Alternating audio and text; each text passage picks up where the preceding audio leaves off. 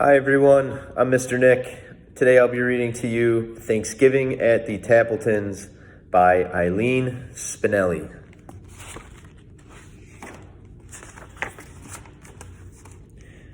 Thanksgiving at the Tappletons was always a big day. Thanksgiving at the Tappletons meant, of course, the Tappleton family. Mr. Tappleton, Mrs. Tappleton, Jenny Tappleton, Kenny Tappleton, and grandmother and grandfather Tappleton, and Aunt Hedda and Uncle Fritz, and most certainly, of course, the turkey and the trimmings.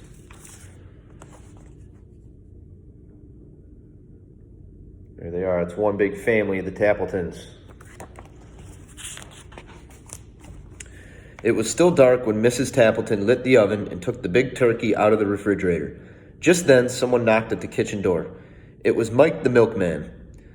"Good morning, Mrs. Tappleton. I thought you might like some eggnog for the holiday." As Mrs. Tappleton reached for the eggnog, the turkey slipped from under her arm. Now, on a warmer day, this might not have been a problem, but this Thanksgiving day was quite cold, and the step was covered with ice.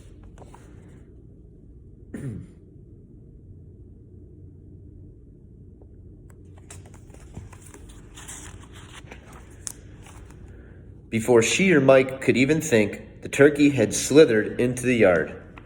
"Get it," shouted Mrs. Tappleton. Mike reached out, but the turkey skidded past him, through the gate and into the street. "Hurry," screamed Mrs. Tappleton. "Stop that turkey."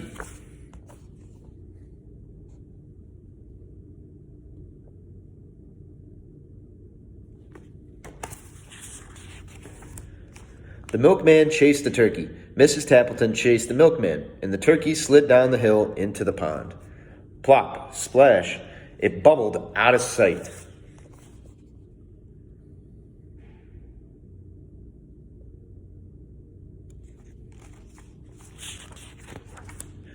When Mr. Tappleton came down to breakfast, he took a long sniff. "I don't smell turkey," he said to his wife.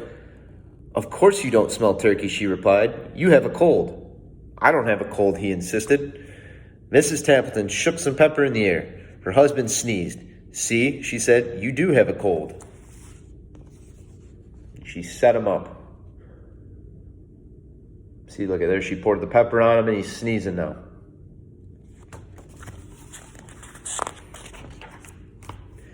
After breakfast, Mr. Tappleton put on his coat and scarf and hat and gloves. "I'm going to the bakery to buy our pies." Mrs. Tappleton handed him his boots. "Wear these," she said. "I know for a fact it is quite slippery out today." Sim's Bakery was so crowded the line reached out onto the sidewalk. Mr. Tappleton hated to wait in long lines, so he went to the diner for a cup of coffee.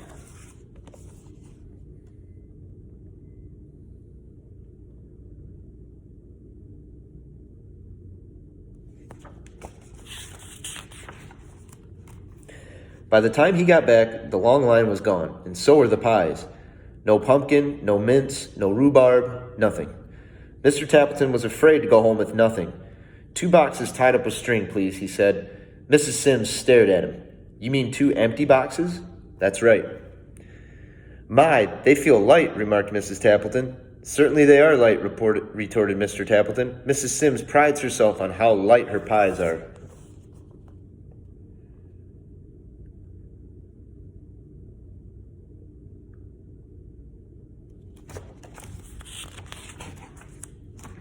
Mrs. Tappleton set the table. She called to her son. "Kenny, you make the salad. There's lettuce in the crisper and carrots and radishes too." Kenny's face grew pale. Just yesterday he had emptied the crisper and fed all the vegetables to the rabbits in Mr. Buttersworth's class. How could he tell his mother? He couldn't. So he covered the empty salad bowl with aluminum foil and stuck it in the back of the refrigerator.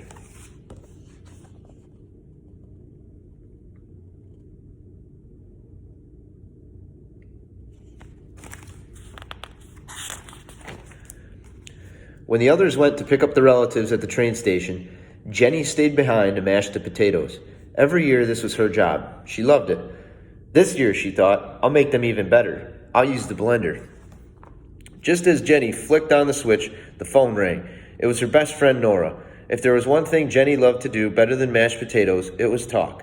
Jenny talked and talked and talked to Nora, and she might still be talking today had not a wet glump of something hit her on the back of the head. She turned to see what it was.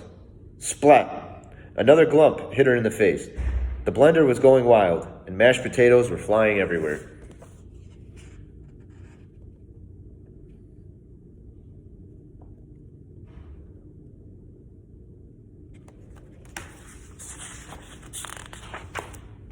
Without even saying goodbye to Nora, Jenny hung up the phone, scrubbed her face, and wiped mashed potatoes from nearly everything in the kitchen. She finished just as the others came back. Uncle Fritz patted his stomach. "I'm hungry," he said. Grandfather Tappleton laughed. "I'm as hungry as an elephant." Everyone sat down at the table. It was a Tappleton tradition for grandmother to say the Thanksgiving prayer. "As soon as the turkey is ready," she smiled. "I'm as hungry as 2 elephants," said Grandfather. Mr. Tappleton went to the oven. I'll carve the turkey now." He opened the oven door.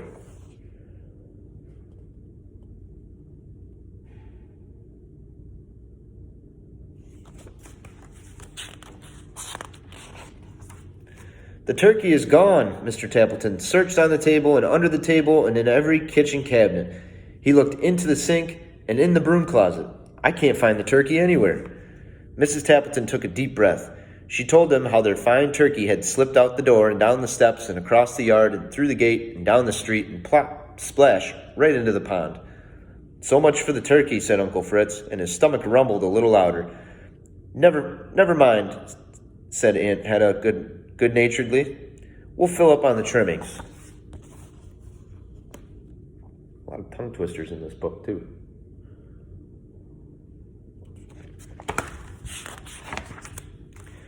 "I'll get the salad," Jenny announced. "Then Grandmother can say the prayer."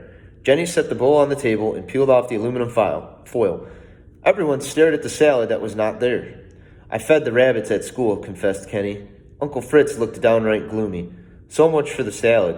His stomach rumbled again. "I'm as hungry as 3 elephants," sighed Grandfather. Kenny jumped up. "We'll have Jenny's mashed potatoes." He brought the pot from the kitchen and lifted the lid. "I was on the phone," said Jenny meekly, and the blender went wild. "So much for the potatoes." Uncle Fritz's stomach rumbled even more. "I'm as hungry as 4 elephants," Grandfather declared.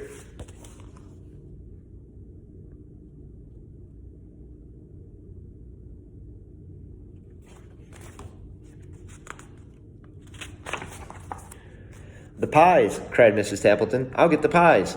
"I'll say grace as soon as the pies are cut." Grandmother smiled. Mrs. Tappleton brought in the boxes, set them down, and untied the string. "You brought home 2 empty boxes?" She glared at Mr. Tappleton, who covered his ears. 5 elephants, groaned Grandfather. The dining room was quiet. Everyone looked down at the empty table. Uncle Fritz muttered something, but it could not be heard above the rumble of his stomach. A tear rolled down Jenny's cheek. "No Thanksgiving dinner," she sniffled. "Nothing to say a prayer for," sighed Kenny.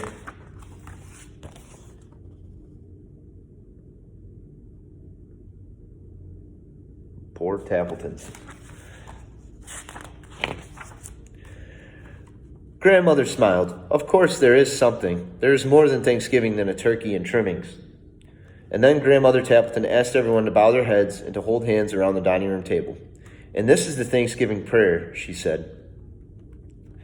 "Turkeys come and go, and trimmings can be lost, we know. But we're together, that's what matters. Not what's served upon the platters. Amen." "That was a wonderful prayer," said Aunt Hedda. Mrs. Tappleton jumped up. "We have liverwurst and cheese in the refrigerator. I'll help fix the sandwiches," offered Mr. Tappleton.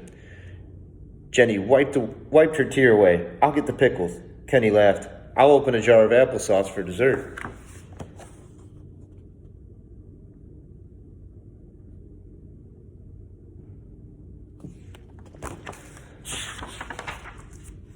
And so the Tappletons had their Thanksgiving dinner after all.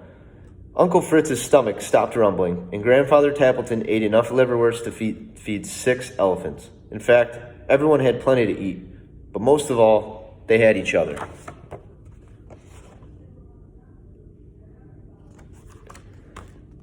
The end.